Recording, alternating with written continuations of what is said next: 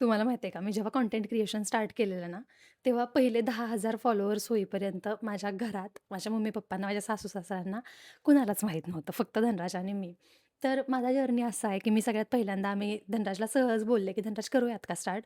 धनराज बोलला, "कर ना." आणि धनराज यार माझ्या इतका सपोर्टिव्ह आहे, इतका सपोर्टिव्ह आहे, की बोलायला नको. तो बोलला, "वर्षा कर.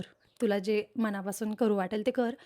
आणि मग मी सहज एक व्हिडिओ बघितलेला. ते बघितल्यावरती मला मोटिव्हेशन आलं. मी तो व्हिडिओ संध्याकाळी घरी केला. पहिले 1000 व्ह्यूज आले ते पहिल्या व्हिडिओला.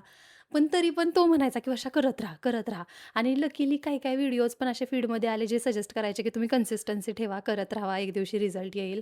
तर मला वाटतंय मी पहिल्या 50 पोस्ट म्हणजे पहिल्या 50 पोस्टमध्ये सॉरी 47 पोस्टमध्ये माझे 48 का 50 फॉलोअर्स होते. एखादा जास्त किंवा कमी जास्त. पण माझी 48वी पोस्ट व्हायरल गेली. Viral in the sense 100K views आले. मी मुंबईच्या एका इन्सिडेंट्सवरती ती रील टाकलेली.